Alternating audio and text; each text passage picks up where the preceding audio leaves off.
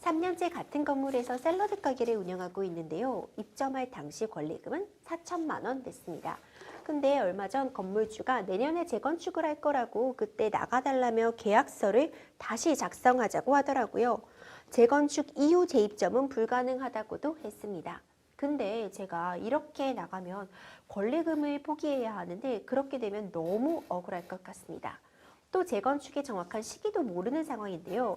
재건축이 이루어지지 않는다면 계약서에 명시된 날 이후로 연장도 가능할까요?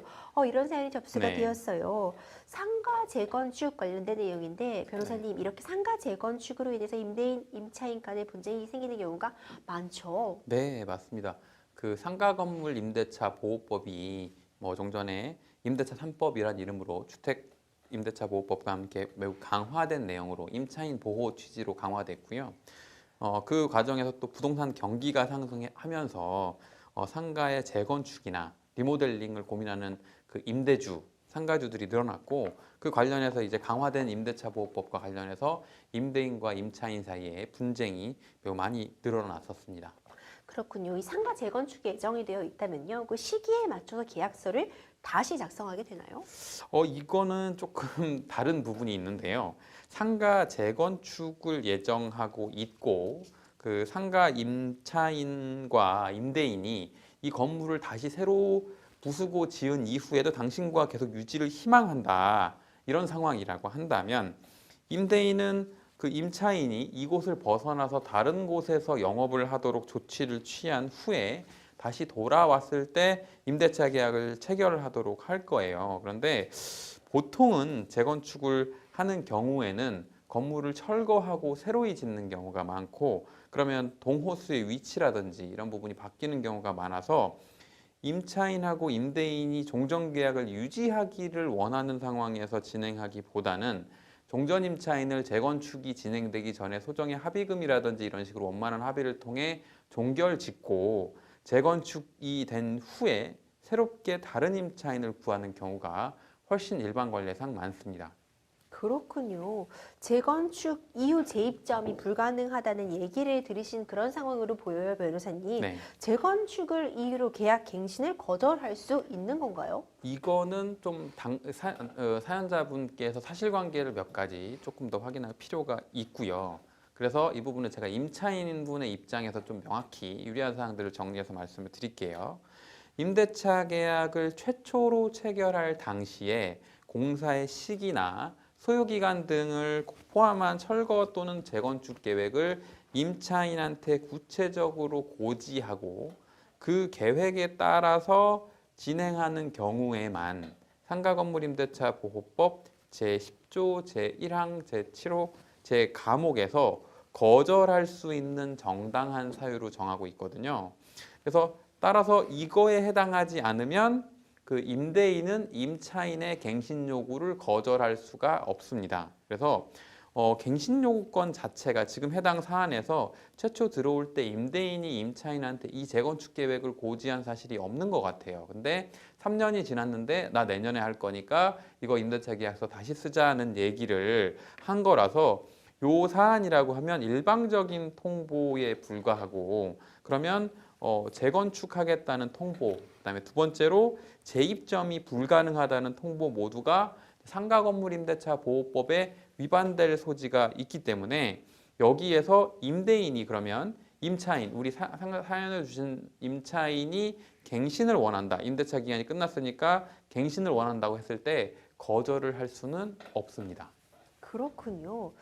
이렇게 되면은 권리금 못 받게 될 수 있잖아요. 네. 그러면 상가 권리금 회수하는 방법 어떻게 있을지 좀 네. 궁금하거든요. 그 원칙적으로는 이제 권리금이라는 게 종전에는 법적인 용어까지는 아니었는데 상가건물임대차 보호법이 수차례 개정되어 오면서 권리금에 대한 용어가 법에도 포함되게 됐습니다. 그래서 상가 임차인이 그 해당 임차 목적물에 시설을 했고 그 시설 자체가 이제 해당 영업에 도움이 되는 경우, 그다음에 그 영업 과정에서 상권이 형성돼서 일정한 가치가 형성된 경우에 그 해당 임차 목적물을 임대차 기간 안에 그럼 그 상가임대차 보호법은 갱신을 통해 10년까지 보호를 해주고 있는데 갱신되어가는 과정에서 그 10년이 끝나기 전에 다른 사람한테 이 임차 목적물을 이제 양도할 수가 있고요. 따라서 다른 사람이 새로이 들어오면서 종전에 시설을 해두었던 그리고 상권을 형성해 두었던 임차인에게 권리금을 지급하고 임차인과 임차인 사이의 계약으로 권리금을 회수할 수 있는 방법이 있습니다. 다음 두 번째로는 이런 식의 임차인과 임차인 사이에 주고받는 권리금을 인정을 한 상태인데 임대인이 그 임차인이 새로운 임차인 구하는 것을 방해하거나 혹은 새로운 임대차 계약을 거절하거나 부당하게 임대차 그 차임을 인상하도록 요구해서 계약이 결렬되도록 하는 등 사실상 그 권리금 회수를 방해했다고 인정될 경우에는 상가건물임대차보호법 제10조의 4에서 별도로 정하고 있는데 임대인이 임차인에게 권리금 상당의 손해를 배상할 의무를 지도록 정하고 있습니다. 그렇군요. 지금 앞서 말씀 주신 것처럼 그러면 상가 권리금을 네. 못 받으면 뭐 이전 비용이나 보상금 쪽으로도 좀 보상을 받을 길은 열려 있다고 볼 수 있겠죠. 권리금하고 달리 여기서 이제 정리해 보면 이전 비용이나 보상금에 대해서는 상가건물임대차보호법에서 명시적으로 정하고 있지는 않습니다. 다만 이제 만약 재개발 조합이 이제 통상적으로 사업을 진행해서 영업 손실 보상에 된 경우, 영업 손실 보상의 대상자인 경우에는 사업을 시행하고 있는 조합으로부터 직접 영업 손실 보상금을 수령할 수는 있고요. 다만 이제 사안의 경우처럼 최초의 재건축 계획을 고지하지 않아서 적법한 재건축에 해당하지는 않지만 만약에 임대인과 임차인의 의사가 일치한다. 그래서 임차인이 해당 임대차 기간에 대한 갱신 요구권이 있지만 행사하지 않고 나가기로 원만히 합의를 했다. 그러면 그 합의의 대가로 그 임대인으로부터 이전 비용에 상응하는 어떤 보상금을 수령하고 그 명도에 응하는 내용은 법률상으로도 부합할 수 있습니다. 그렇군요. 계약서 다시 작성해야 되는 그런 상황에서 아직 재건축을 시작하는 시기, 그러니까 퇴거의 시점이 명확하지는 않은 상황이잖아요. 이럴 때 원래 계약서에는 날짜 기재하게 되어 있는데 네. 구체적인 날짜가 나오지 않았다면 어떤 식으로 기재해 줄 수 있을까요? 네, 일단은 여기에서 상가 임차인분의 입장에서 설명을 드리면 상가 임차인분은 계약서를 다시 쓰는 거에 응하지 않으셔야죠. 그러니까 왜냐하면 현재 임대차 계약이 종전 최초의 임대차 계약을 기준으로 체결이 되어 있고 최초 임대차 계약 당시에는 재건축 계획에 대한 사항이 고지되어 있지 않은 상태입니다.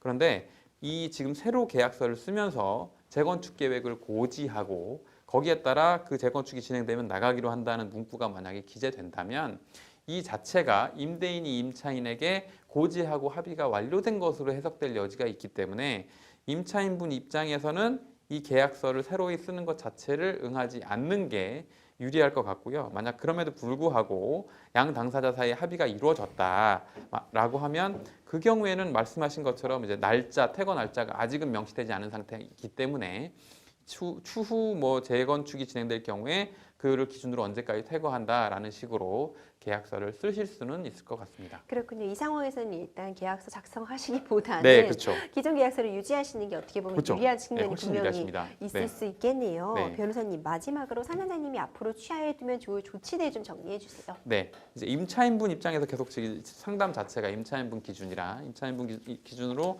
가장 유리한 걸 말씀을 드리면 우선은 재건축 자체가 이제 법률 규정에 따른 재건축인지 확인하시는 게 우선입니다. 그러니까 상가주의 경우도 아파트 단지 내의 상가인 경우도 있고 그래서 그 아파트 단지와 상가를 포함한 전체 재건축 계획이 확정된 경우도 있거든요.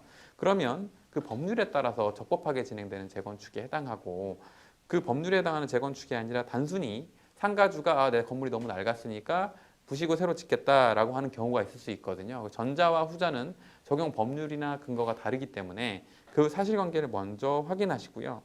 다음으로 이제 건물의 재건축을 하기에 앞서서 이 건물이 붕괴 위험이 있다든지 그런 식에 대한 구체적인 안전 진단을 거쳤다면 그 계획에 따라 재건축이 진행되는 것도 저희가 받아들여야 될 가능성이 있어서 건물의 안전 진단 등 서류가 구체적으로 발급됐는지 확인하시는 게 가장 우선으로 보이고요.